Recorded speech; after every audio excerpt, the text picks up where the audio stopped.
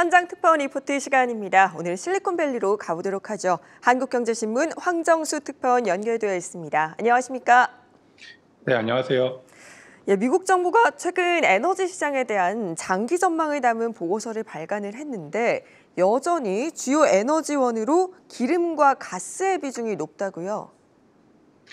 네, 주요 내용을 살펴보면요. 첫 번째로 2050년에도 여전히 오일, 그러니까 기름이죠. 기름과 가스가 주요 에너지원 자리를 지킬 것이다. 하지만 재생에너지 빠르게 성장할 것이다. 풍력과 태양과 같은 그런 신재생 에너지에 대한 인센티브 및 비용 하락으로 경쟁력이 상승할 것이다라고 했고요. 세 번째로는 천연가스 수출이 증가할 것이다. 이렇게 분석을 했습니다.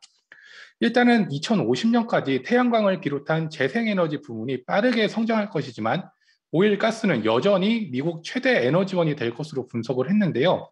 현재 소비되는 에너지 중 기름, 오일은 37%, 천연가스는 32%, 재생에너지는 8% 수준인데 연방정부, 지역정부 차원에서 재생에너지를 장려하고 있고 기술의 발전으로 재생에너지 발전 비용이 낮아지면서 2050년 재생에너지 점유율은 16% 정도로 크게 상승할 것으로 예상이 됩니다. 2024년 말까지는 풍력 발전에 대한 생산세 공제 혜택을 받을 수 있기 때문에 풍력 발전에 대한 비중이 크게 늘고 태양광 발전의 경우도 2024년까지는 30%의 세액 공제, 그리고 2025년에는 26%, 2026년부터는 10% 정도로 축소가 될 예정인데요. 그래도 2025년 이후로 상대적으로 발전량 증가가 클 것으로 예상이 됩니다. 현재 가장 많이 사용되는 천연가스는 전체 발전원의 37%인데요. 2050년에는 34%로 소폭 감소하는 데 그칠 반면인데 석탄의 경우는 현재 23%에서 10%로 가장 크게 감소할 것으로 보입니다. 배터리 가격 하락 등 전기차 가격이 저렴해지면서 2050년 전기차 점유율은 전체 승용차의 13% 정도를 차지할 전망입니다. 하지만 여전히 내연기관 차량 판매가 대부분을 차지할 것이기 때문에 운송 부분에서 휘발유가 가장 많이 소비될 것으로 전망했습니다. 주거용 및 상업용 건설 부문에선 에너지 소비가 늘겠지만 건물의 에너지 효율성이 증가하면서 에너지 소비 증가량은 다소 완화될 것으로 예상이 됐는데요. 2021년부터 2050년까지 미국 주택 재고는 23%, 상업용 빌딩 재고는 33% 증가할 것으로 예상되기 때문에 미국 주거 부문의 전력 소비량은 22% 증가할 전망입니다. 특히 난방용으로 주로 소비되는 천연가스는 그 주거 및 상업용 부분의 최대 에너지원인데요. 겨울이 점점 온난화되고 더 많은 인구가 따뜻한 지역으로 이동함에 따라서 난방 소비가 줄면서 천연가스 사용량은 감소할 것으로 예상이 되고 있습니다. 미국의 기름과 가스 생산은 그래도 2050년까지는 매우 높은 수준을 유지할 것으로 예상이 됩니다. 다만 아까 말씀드린 대로 신재생 에너지 경쟁력 강화로 소비보다 생산의 증가율이 더 높기 때문에 미국에서 쓰는 것보다 다른 나라로 수출하는 양이 더 증가할 것으로 예상이 되는데요.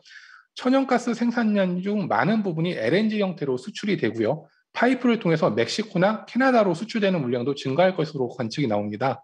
이와 관련해서 현지 전문가들은 그 미국 재생에너지 산업이 크게 성장을 보인과 동시에 2050년에도 여전히 오일과 가스가 미국 에너지 시장에서 주요한 역할을 할 것이라면서 친환경 기조가 계속된다고 해도 여전히 미국의 그 전통 산업인 오일과 가스 산업은 건재할 것으로 보인다고 평가했습니다. 이에 따라서 미국의 LNG 수출 인프라 확장이 기대되기 때문에 우리 기업들은 인프라 구축, 기술, 친환경 LNG 수송선 등의 수출을 기대할 수 있다. 이런 전망도 나오고 있습니다.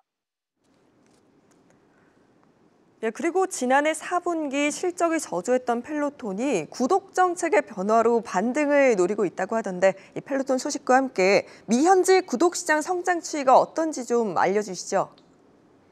네, 일단은 블룸버그 통신의 보도인데요. 펠로톤 그 실내 운동용 하드웨어 프로그램 업체죠. 그 실내 자전거로 유명한데 플로리다, 미네소타, 휴스턴, 덴버 지역의 일부 매장에서 제한된 고객들을 대상으로 새로운 구독 정책을 테스트하고 있습니다. 자전거 가격을 원래는 그 운동 수업 영상 구독료에 자전거 가격을 원래는 따로 이렇게 먼저 구매하게 하고 월 39달러 수준의 영상 구독료를 별도로 납부를 했었는데요. 그 자전거 가격을 앞으로는 운동 그 수업 영상 구독료에 더해서 매월 그 고객에게 부과하는 겁니다. 그 새로운 구독 정책 하에서는 그 자전거와 소프트웨어 가격을 합쳐서 월 60에서 100달러만 내면 됩니다. 다만 250달러의 배송비는 고객이 부담하도록 했습니다. 이 요금제를 적용받는 고객들은 과거와 달리 선불로 자전거를 살 필요가 없기 때문에 약정이 없이 언제든지 자전거를 반납을 할 수 있고요. 원할 경우에는 자전거를 구매할 수도 있습니다. 지난달 임명된 메카시 펠로톤 신임 대표가 하드웨어 판매, 그러니까 자전거 판매보다 반복되는 서비스 수익이 더 중요하다. 잉크젯 프린터 회사의 구독 서비스 모델 등 여러 가격 책정 방식을 벤치마크하고 있다. 이렇게 설명을 했습니다.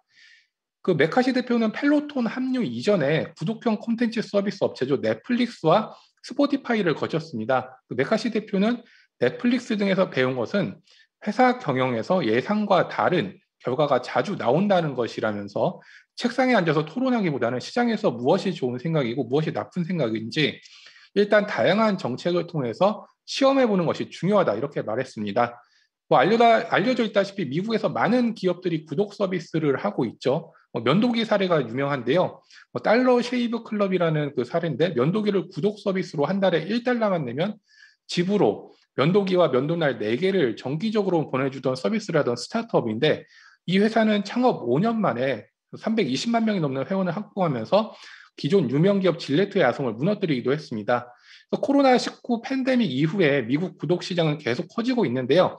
시장 규모는 현재 정확한 예측은 어렵지만 스위스 투자은행 크레디트 스위스에 따르면은 2015년 470조 원 규모 시장이 2020년 594조 원 규모로 성장을 했고요. 2023년까지 전 세계 기업의 75%가 구독 서비스를 제공할 것으로 보고 있습니다.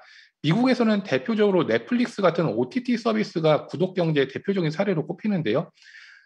미국에선 이런 TV 구독 서비스 업체들이 치열한 경쟁을 벌이고 있습니다. 넷플릭스뿐만 아니라 디즈니 플러스, 애플 TV 플러스의 푸보, 훌루 같은 서비스도 있고요.